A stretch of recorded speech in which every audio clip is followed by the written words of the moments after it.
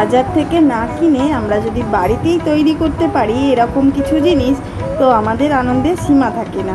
তো সেরকমই একটা ভিডিও তোমাদের সামনে এনেছি, নিজে হাতে তৈরি করব। তো তোমরা চলো দেখতে থাকো আমার ভিডিওটা, কেমন লাগে সেটা আমাকে বলো।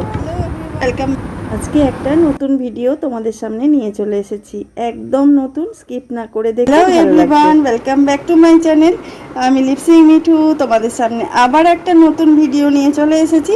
আজকে তোমাদের একটা জিনিস শেখাবো, সেটা হলো কি দেখো, আমি যে বাড়িতে সিঁদুরটা পরি, সেই সিঁদুরটা আমি নিজে হাতে তৈরি করেই সিঁদুরটা পরি।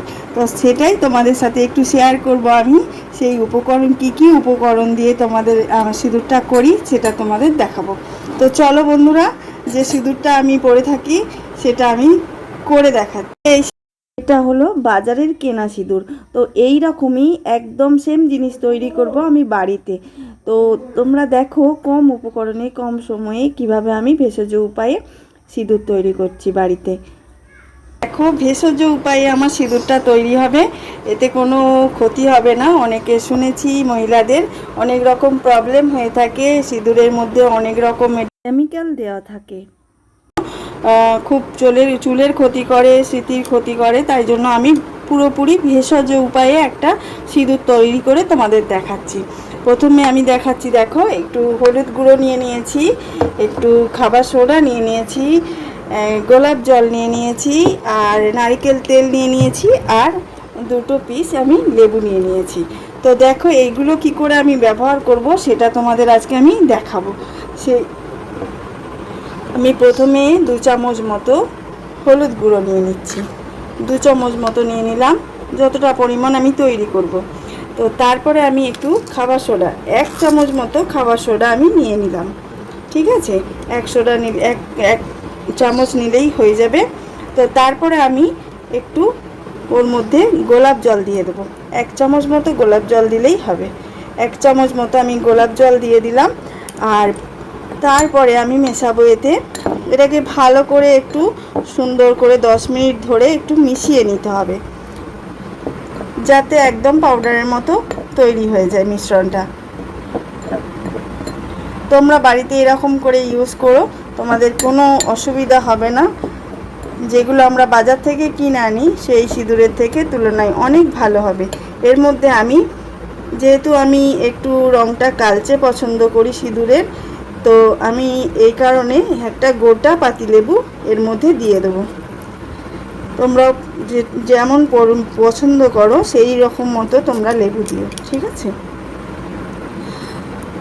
তো এই লেবুটা দেওয়ার পরে, লেবুটা গোটাই আমি দিয়ে দিলাম, কারণ আমি কালচে সিঁদুর পছন্দ করি বেশি, দিয়ে দিয়েছি। তো এটাকে আমি 24 ঘন্টা, মানে একদিন আমি সম্পূর্ণ চাপা দিয়ে রেখে দেবো। তারপরে একটা সিঁদুরের কালার চলে আসবে। তো আমার দেখো ভালো করে একটু মেশাতে হবে, 10 মিনিট 15 মিনিট, তোমরা যতটা বেশি পরিমাণ মেশাবে ততই ভালো। তো এটাকে আমি সুন্দর করে মিশিয়ে দিচ্ছি। তো এরপর আমি কি করব, এটাকে চাপা দিয়ে 24 ঘন্টা রেখে দেবো।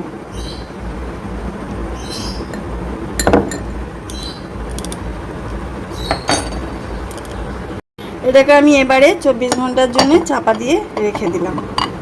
চাপা দেওয়া থাকলো।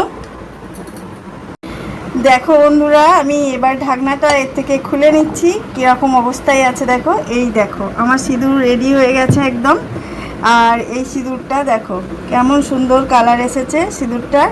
এই সিঁদুরটা আমি ব্যবহার করে থাকি, তোমরাও বাড়িতে ব্যবহার করো। আর দেখো এতে একটু আমি নারকেল তেল দিয়ে দেবো, যাতে একটু ভালো করে একটু মাখো মাখো হয়ে যায় সিঁদুরটা, যাতে আমাদের শীতের মধ্যে ভালোভাবে আটকে থাকে। তো তার জন্য আমি দেখো নারকেল তেলটা দিয়ে দিয়েছি, এর মধ্যে একটু নাড়াচাড়া করে নেব।